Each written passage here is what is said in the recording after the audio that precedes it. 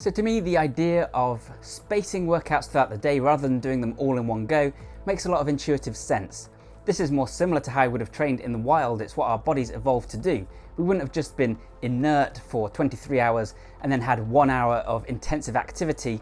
That just wouldn't make any sense. Instead, we'd be constantly tracking animals, climbing trees, running through woods, etc. So we'd be always kind of active instead of just briefly extremely active. At the same time, I find that the idea of doing shorter workouts multiple times throughout the day fits into my schedule a lot more easily. I often don't have an hour to not only work out, but then the half hour I need to get there and get back, to have a shower if I'm sweaty, etc. 20 minutes over lunch and then another 10 minutes in the evening makes a lot more sense. And the great thing is about that is if I miss a workout, it's not the end of the world because I've still got 2 other workouts, but I couldn't really find any useful information online as to whether or not this was a good idea. I found several studies all saying things like, you can still improve your general fitness, surprise, surprise, by training sporadically throughout the day in this way. They're talking more things like very basic fitness, rehabilitation almost, but that's not really what I'm interested in. I'm interested in hypertrophy, in increasing strength, mobility, flexibility, skills training, etc. Can you get those kinds of gains from 10 and 20-minute workouts throughout the day? So as there are no concrete answers on the web, I decided I'd use my own fitness knowledge as well as just testing it myself to see if it works. So for the last month and a bit, I've been training about 3 or 4 times a day for 10 to 20 minutes, maybe even less sometimes. And I did a bit of a deep dive. I did lots of research into different topics surrounding this subject to see if I could come up with some logical conclusions, and I'm going to present those to you now. So first things first, in terms of my own personal experience, it's been fantastic. Training in those shorter periods has meant that I've been far more consistent with my workouts, and at the same time, I've seen actually growth and strength improvements that I didn't expect to see and that I probably wouldn't have seen if I'd stuck to my usual training regime. Of course, any kind of change might trigger growth because the body adapts to whatever you're giving it, but in many ways it kind of makes sense. If you've been watching Jeff Nippard's videos, he's been talking about training full body 5 times a week, saying how this improves protein synthesis because it increases protein synthesis more times throughout the week for each muscle group, talking about how it improves blood flow to those muscle areas, and talking about how it allows you to do more repetitions with good quality because you're having a long rest in between, so you can increase the volume without seeing a drop off in terms of your performance. And this is even truer if you're working out multiple times per day. Every time I do press ups, I'm increasing protein synthesis, blood flow, neural drive in those muscles, and as such they're getting a little spike, and in the subsequent hours they're more likely to grow and build and get stronger. Of course, you could risk overtraining this way, but the whole point is that these shorter workouts aren't really long enough to create that risk in the first place. At the same time, I'm not saying you need to train the same body part or even the same skills and the same attributes. You could go for a run for your first 10-minute workout, you could do bicep curls later on in the day, and then you could do a bunch of pull-ups later on in the evening. And there's no reason this should make you any more likely to become fatigued than doing those things all together in 1 hour. In fact, you're less likely to become fatigued, less likely to injure yourself, because in between them, you've had a huge amount of time to rest and recover.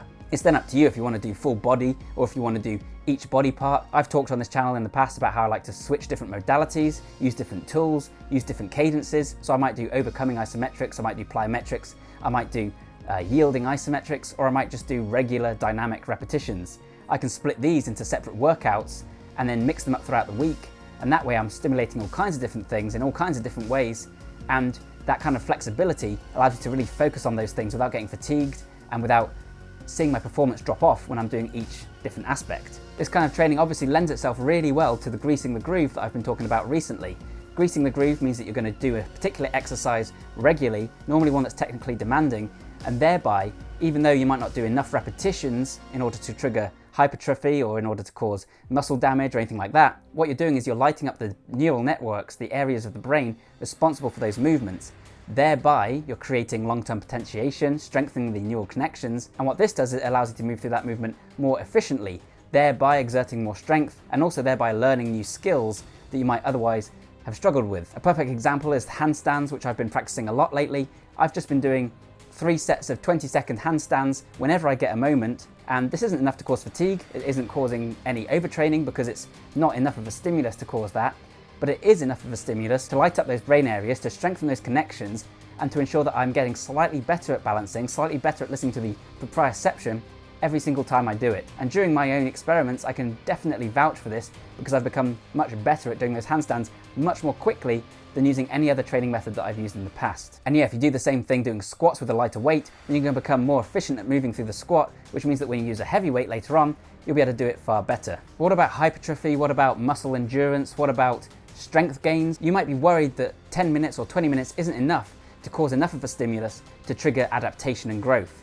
But I disagree, because pretty much any kind of training that you need to do, any kind of stimulus you need, can be gained in just 10 to 20 minutes.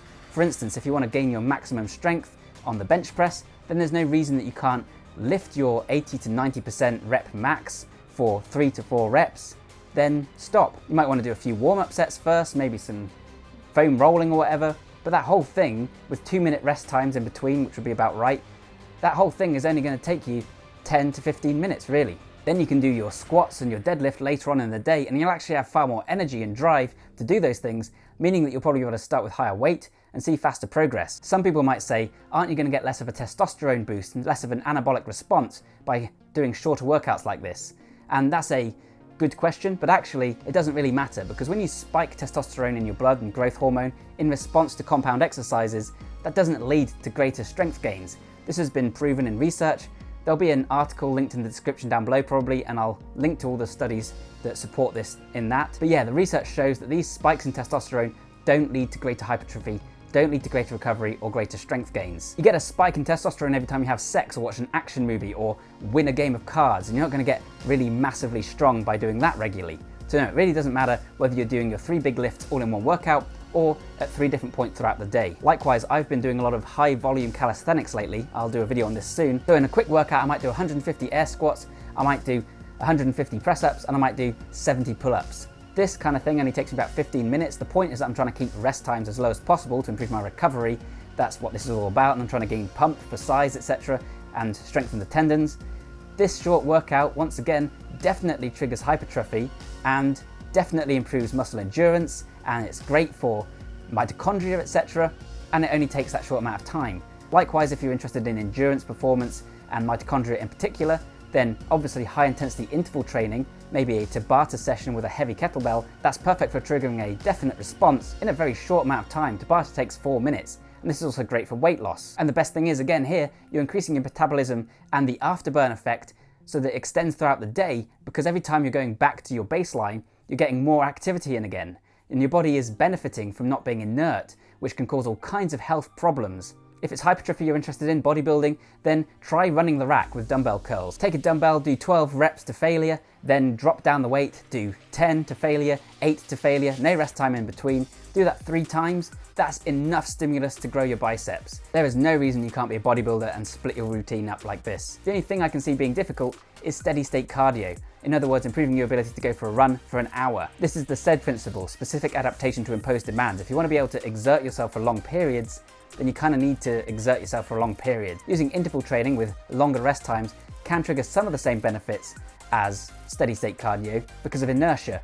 Basically, your heart rate ramps up to 90%, which is more of a twitch, so not enough to cause hypertrophy, but then it also slows down gradually, meaning that if you go for a walk, maybe for 2 minutes, that's going to mean you're spending some time with your heart rate at 70 and 60%. Going for long runs improves other things as well though. For instance, it helps to improve your ability to take in oxygen. And you can mimic this a little bit using something like a training mask, which I've talked about on this channel before.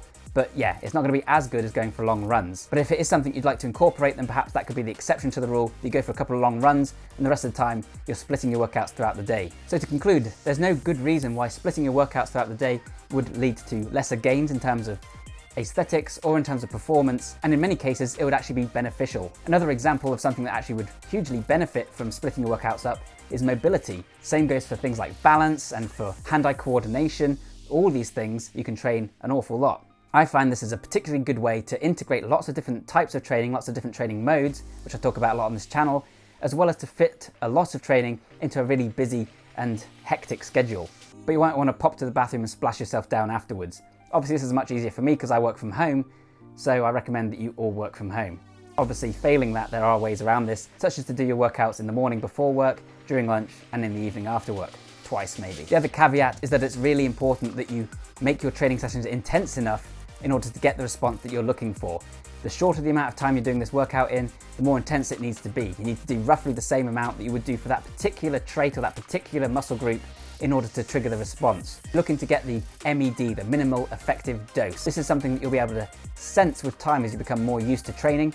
And so that's one argument for maybe trying this out once you're more accustomed to training using a more conventional method. So yeah, I'm going to carry on splitting my workouts into lots of little bits. Let me know in the comments down below if this is something you guys might do. I'd love to hear your thoughts. If you like this kind of alternative, philosophical, cross-modal approach to training, then you'll love my ebook and training program, Super Functional Training, and you can find a link to that in the description down below. You'll also be able to find a link to my website over there, so check it out. And if you enjoyed this video, then please leave a like, subscribe, share it around. That helps me out immensely. Thanks a ton for watching, and I'll see you next time. Bye for now.